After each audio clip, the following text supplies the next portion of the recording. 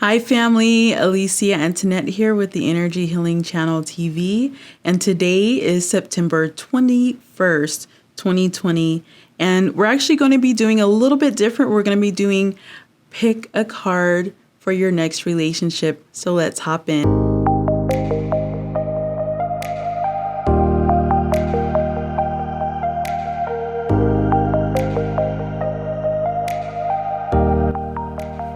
All right, so welcome back, and I'm going to stick with the theme of choosing a card according to the numerological addition of the numbers of the day. So today is the 21st, so I'm going to pick 3 cards. The thing that I'm changing for this, we are going to be doing it for a specific reason. So this pick a card is for your next relationship. Okay, so some things that you may want to be aware of, some things to look out for, just so that you have a heads up. Okay, and so I'm going to go ahead and shuffle the cards. Oh, before I do that, let's not forget to clear the energy. So let me go ahead and light up some sage here.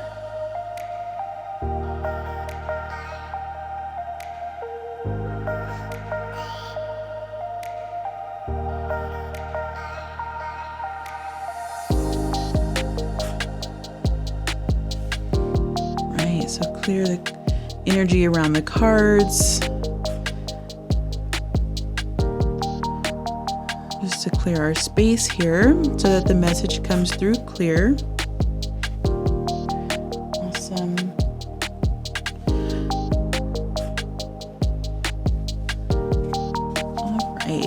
So let's get to it. I'm going to go ahead and shuffle these cards right quick.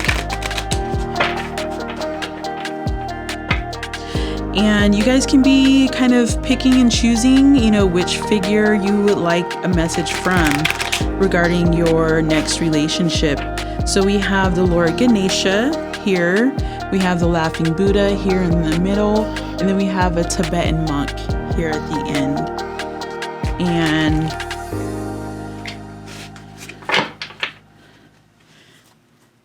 I think this is going to be really fun and interesting. I've done these before, but I think I've only done it on, camera maybe once or twice, but I've done these before for people in person, and they really enjoy it because it adds like a little bit of a different dimension, and it also kind of like helps them to feel like they're more involved with the reading. Sometimes the message that comes across is not exactly what a person wants to hear, but then, they'll message me days later like, oh my gosh, that reading was so accurate. Like, this is what's happening there. This is what's happened. And it's so validating, adding a little element of fun and just adding some truth to what it is I'm seeing clairvoyantly. It helps make a big difference, I notice. So for those of you that are maybe practicing doing your tarot cards, or you're not really familiar, so you're just kind of like looking around, like, I would encourage you to practice and really like read for yourself. Start reading for those that are open to it, because I know in the beginning it can be pretty difficult. Some people, the family isn't exactly accepting of these types of things, and it can make it hard, or it could just make it seem like you have to be sneaky and things like that. So let's go ahead and spread them out. All right. So I'm going to pick 3 each for each figure. All right.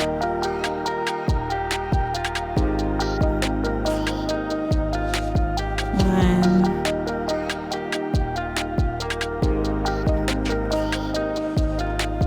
2, 3. Okay, so that'll be from Lord Ganesha.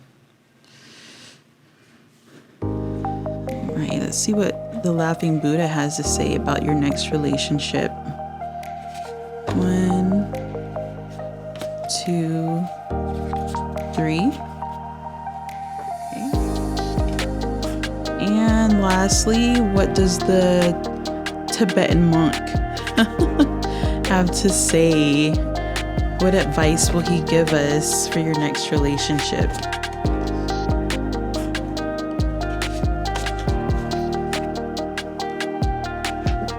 Awesome. Right, so let's set these aside.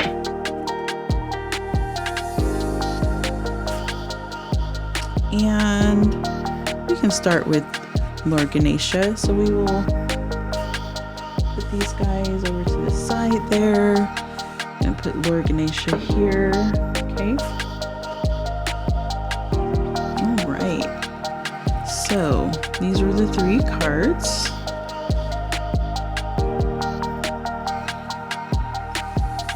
All right. So card number 1 is the Ace of Discs. Card number 2, Happiness.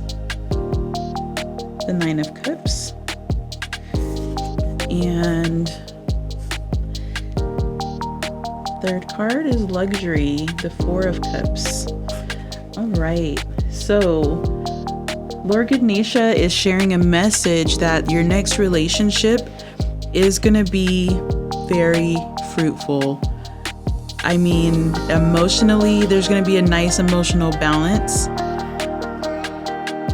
Almost unreal, because if you know, having the happiness and also the luxury feeling of emotional stability in a relationship is very rare and highly needed, though. I will say it's missing in a lot of relationships, and you know, your next relationship is just really going to be overflowing. With the 9 of Cups, we see more of the overflowing. Okay, with the 4 of Cups, we see that the emotions are more contained. It's more of an intelligent emotional relationship. Okay, there's not going to be a lots of drama and BS and past relationship people popping up causing distress. There's not going to be any of that. And on the financial aspect, you know, this relationship is going to flourish. There's not going to be one side. It's not going to be that one-sided type of relationship where one person is working and making most of the money and the other person is kind of not as much making so much money or not really contributing, you know, to the household like that. And which is a really beautiful message. So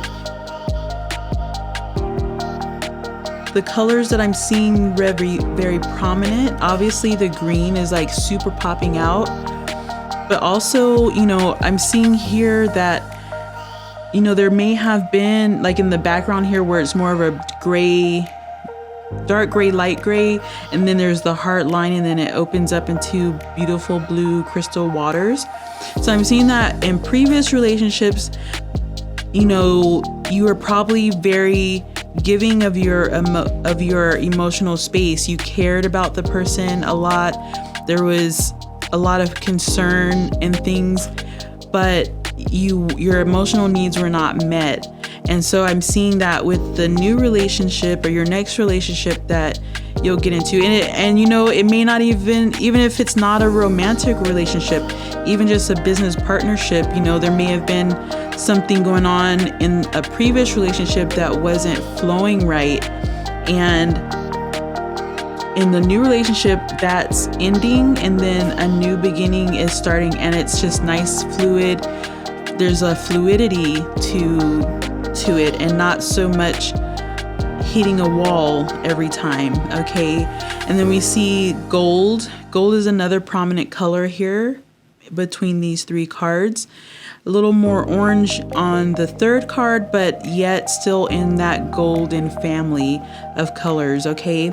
And yeah, it's just gonna be nice and flowing. We see the cups here on the Nine of Cups just really overflowing, so just happiness and bliss. But don't get too blinded though. You know, you still want to have some caution, because sometimes things can be too good to be true as well, okay? But if you really feel it in your heart that that person really is making you happy and is essentially like completing a part of you that you felt is missing or was missing, then you are on the right track. All right, so let's move on.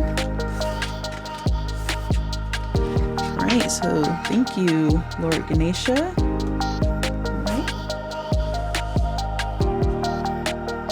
So now we have the Laughing Buddha.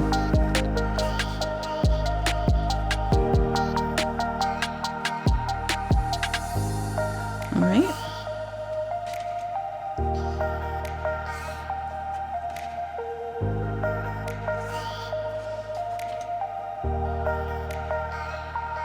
All right. So if you chose the Laughing Buddha for your message, the message that I'm seeing here is that in the money space, especially, because this is the Seven of Discs and then we have the Four of Discs. Okay, so really dealing with the earthly realm, and we have heavy Saturn in, you know, the Seven of Discs. And sometimes when Saturn is very saturated in the relationship, or just overall in most aspects, it can make things feel slow and sluggish and not really like things are going to be accomplished. But we all know that the more you fail, it puts you closer to success. Okay, so you may have had some failures or just some, you know, relationships that weren't really working out, and they didn't really work out. But that was you essentially working through the fluff to get to balance. And we can see that here with the Four of Discs. It's in the word at the bottom is power.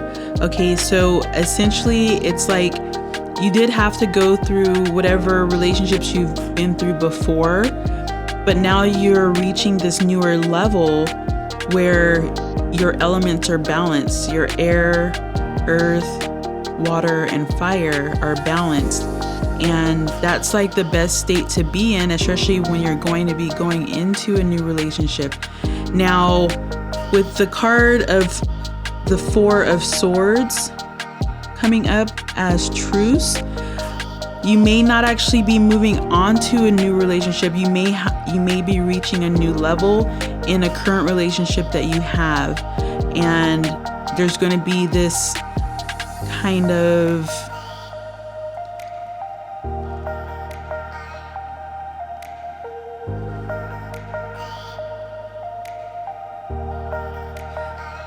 so I'm seeing that there's almost like a white flag being put up, indicating, you know, let's stop all the craziness that's going on in the relationship, and let's come to a truce, really come to a decision of agreement. And that may mean giving a concession, you know, both parties giving concessions to make the relationship work. So if you're in a relationship and you don't necessarily want a new relationship, or you've kind of been thinking about it, but you're like, every time you try and break it off, or you think about breaking it off, but there's so many other good reasons why you want to stay in the relationship, then, you know, it may not be that you need a new relationship. It may be that you need to come to a type of agreement and come to more of a better understanding between the two of you, okay? And, and that happens because every individual is different. Every individual has their own thing. And not only that, our astrological charts they really do give us clues into how we're going to be in a relationship, and then also how the other person is going to be in a relationship. And a lot of times your twin flame or your kind of soulmate, the person that you are destined to be with, like, you guys put challenges to go through with each other here in this lifetime. And so a lot of times people don't realize that, but sometimes the relationships that have, the ups and downs, and you guys are trying to work it out and things like that, like those really make you a stronger couple a lot of the times. Now, unless there's a lot of cheating going on, or there's a lot of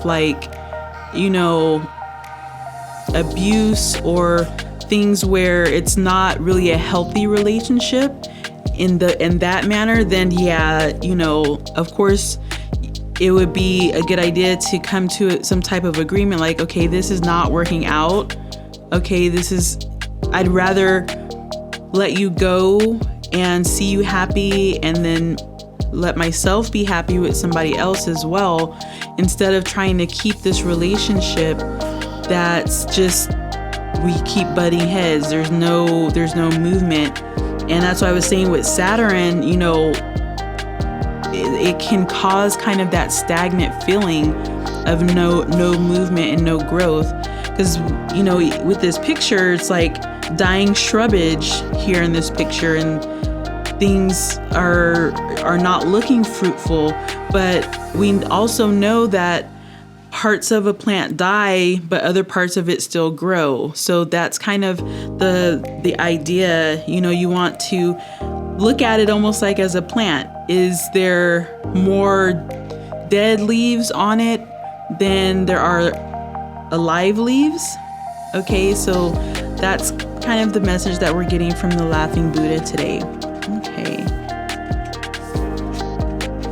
All right, so thank you, Laughing Buddha.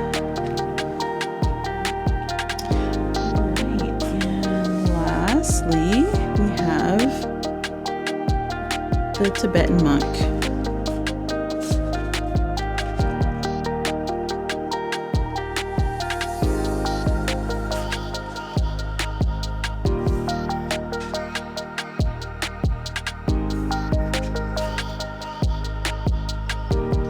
Okay, so if you pick the Tibetan monk, he's definitely giving us a heavy message about your next relationship. Okay, so I'm seeing that there's gonna need to be, so we have a Trumps card here, so that's a major arcana, so that's really talking about you on your journey. And I don't see that there's really a space